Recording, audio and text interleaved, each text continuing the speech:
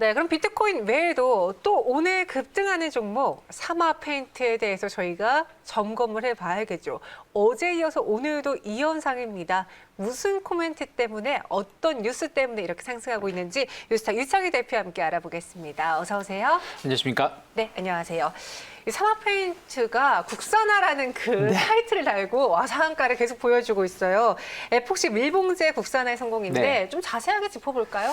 이거 이제 뭐 사마 페인트가 기술을 개발한 건 아니고요. 네, 그 국내 섬유융합 연구 부문 전현애 박사님 연구팀이 한 10년 동안 이것을 좀 연구를 했습니다. 그 에폭시 수지 제조 원천 기술을. 그래서 이것을 개발 성공을 했고 이 기술을 이제 이전받은 거죠. 한마디로 이제 기술을 한번 산 것이죠. 사마 페인트가. 그래서 이것이 이제 그 반도체라든지 이런 쪽에 활용이 많이 되고 있고 특히 이제 원천 기술 그동안 이런 것은 다 일본에 가지고 있었고 우리나라는 이런 기술이 없었는데 새로운 이런 원천 기술 확보했다는 부분들이 앞으로 신산업에 대해서 특히 우리나라 반도체 이런 게 산업이 크기 때문에 이런 쪽에 대해서 신규 사업을 할 수 있다는 부분들을 시장에서는 강하게 좀 평가하고 있지 않나 생각하고 있습니다. 네, 그러니까 일본산 제품보다 열팽창 성능이 우수한 에폭시 밀봉제를 제작해서 국산에 성공한 것은요 한국생산기술연구원이고요. 네. 하지만 이에 맞춰서 지금 에폭시 수지 4종 양산 준비를 완료한 게 사마페인트잖아요. 그쵸.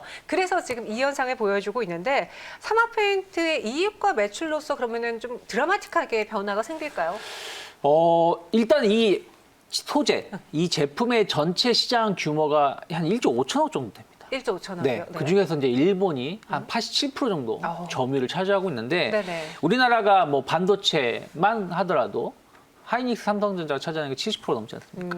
뭐 OLED 네. 이런 것까지 합친다라면은 전체적으로 전 세계에서 우리나라 IT 부품 쪽에서는 점유율이 한 50%가 된다고 생각하고 있는데 그러면 물론 그래서 우리나라가 모든 이 1조 5천억 규모에서 뭐 7천억, 뭐 5천억 정도를 우리나라가 소비를 하고 그리고 그것이 뭐 다 뭐 사마 페인트로 간다라는 말은 못하겠지만 어쨌든 이 자체가 시장이 크다라는 것이죠. 이것에 대해서 사마 페인트가 이제 시장에 진입을 한 것이기 때문에 당장 매출을 연결은 안 되겠습니다만은 빠르면 뭐 내년 하반기 정도부터는 좀 매출을 집계가 될 수 있다. 그러면 그때부터는 이제 어떤 규모를 좀 확인해 볼 수 있는데 지금은 명확하게 어느 정도인지 모르겠다. 하지만 어쨌든 이 시장 자체는 전 세계에서 제일 큰 단일 제품으로는 큰 시장이다. 이렇게 보시면 되겠습니다. 이제 반도체 핵심의 여러 가지 분야들이 있는데 사실 삼성전자, SK하이닉스가 가져가는 파이가 거의 과반이거든요. 그런데 이 시장만큼은 일본이 거의 과점으로 갖고 그쵸. 있다가 80% 넘게 갖고 네. 있다가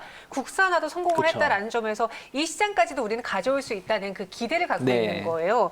그러면 사마페인트의 에폭시 밀봉제로 인해서 반도체 시장의 판도가 어떻게 바뀌게 될까요?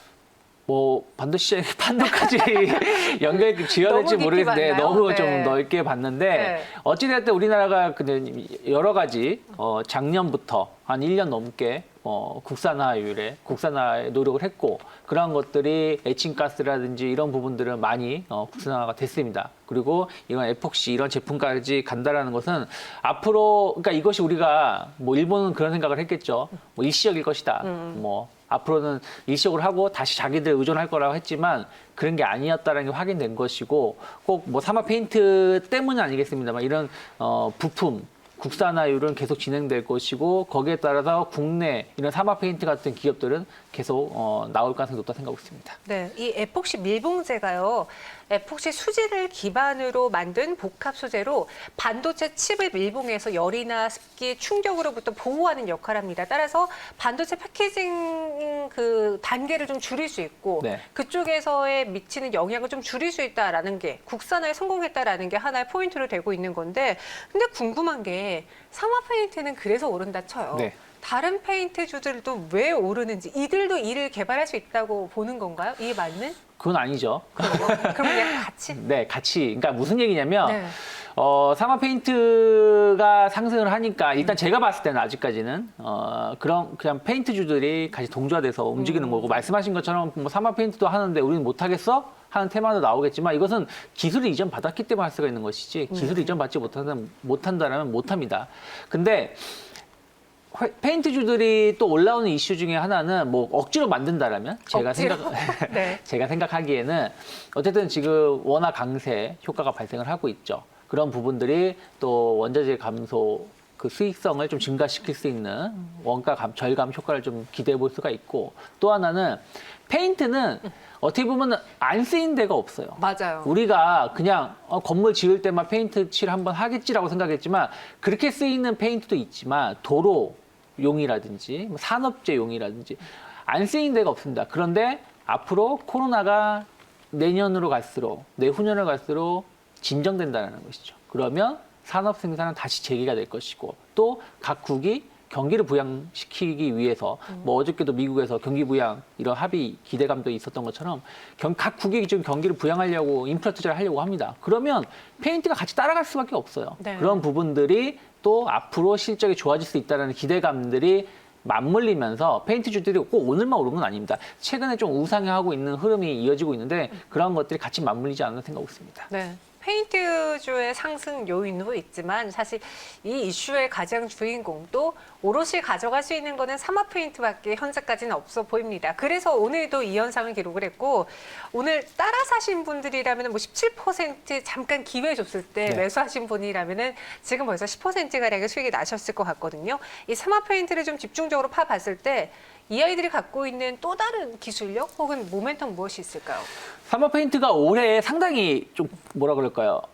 새로운 시도를 많이 했고 그거에 대한 성과도 많이 보여줬습니다. 특허로. 최근 몇 년 네. 사이에. 그래서 그냥 단순히 페인트만 사업을 하는 것이 아니라 올해는 그 2차 전지 첨가제 관련된 특허도 하나 취득을 했고요. 뭐 탄소계 나노 입자 관련 특허도 취득을 했습니다. 그래서 올해 사막 페인트가 특허 취득을 한 게 6, 7개 정도 되거든요. 근데 이 6, 7개가 당연히 기존 사업을 했었던 뭐 페인트, 도로라든지 이런 쪽에 관련된 특허도 있지만 2차 전지라든지 탄소 이런 섬유라든지 이런 쪽 새로운 앞으로 미래 성장성이 높은 높은 사업 부분에 대해서의 특허도 많이 취득을 했다라는 거예요. 그러면 단순하게 기존의 페인트 사업 부분은 이익이 정체 현상을 띠고 있거든요. 매출 이익이 계속 정체 현상을 띠고 있고, 이것을 타개하기 위해서 최근 몇 년 사이에 새로운 모멘텀을 찾기 위해 노력했고 올해 그런 성과가 나왔다. 그러면 특허를 취득했다고 해서 바로 매출을 나오진 않겠지만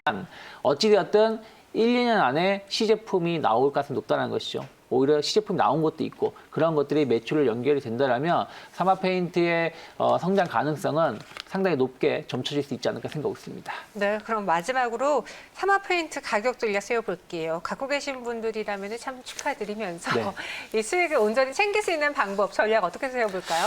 참 이제 이게 조금은 애매한 게 좀 있습니다. 왜요? 이미 사막 페인트가 오늘만 상승을 한 건 아니지 않습니까? 그렇죠. 그 지난 11월 달에도 이때 당시가 아마 2차 전지나 이런 얘기가 나왔을 특허 얘기가 나왔을 때 올라왔을 텐데 이때도 한번 상한가를 기록을 했었고 이튿날에도 한 2연상을 하고 나서 행보를 보여주고 이제 어제 오늘 이제 이런 새로운 특허 에폭시 관련해 가지고 반도체 소재 특허에 대한 기대감으로 2연상을 좀 했어요. 그러면 여기서 또 더 치고 나갈 것이냐? 제가 봤을 때는 좀 그건 아니다. 왜냐하면 말씀드린 것처럼 물론 기업의 성장성은 상당히 중요한 주가를 결정시키는 요인이 될 수 있겠지만 그게 아직 매출이라든지 실적이라든지 계약 규모 이런 걸로 발표된 게 전혀 없다라는 거예요. 단순하게 기대감에 의해 가지고 4,500원 하던 주가가 한 달 사이에 13,000원대까지 어찌됐든 어제 오늘만 본다면 8,000원에 있는 주가가 13,000원대까지 올라왔다는 얘기는 너무 좀 과도하게 좀 반영이 됐다. 물론 내일도 어떻게 될지 모르겠습니다. 내일도 상승할 수 있겠습니다만 저는 조금 올라온다라면 비중을 줄이셔야지 여기서 추격 매수하는 자리는 아니다. 오히려 지난 11월 달 흐름처럼 상승하고 나서 횡보세가 좀 나온다라면 그때는 뭐 어느 정도 지지선이 좀 확보됐기 때문에 매수를 해볼 수 있겠지만 지금은 조금 늦지 않았나 생각하고 있습니다. 네, 지금은 이제 이슈로 주가가 점프업했기 때문에 여기서 따라가는 건 아닌 것 같고요. 추후에 조정 혹은 횡보 장세를 보여준 다음에 매출로 찍힐 때 정말 또 한 번의 기대감이 반영될 때 그때 공략하는 게 좋겠다라고 신규 접근에 대해서는 그런 의견 제시해 드렸습니다. 보유자분들과 좀 다르게 생각해 보시기 바라겠고요. 네, 오늘 집중 분석 사막 페인트에 대한 이야기는 일창희 대표와 함께했어요. 고맙습니다. 고맙습니다.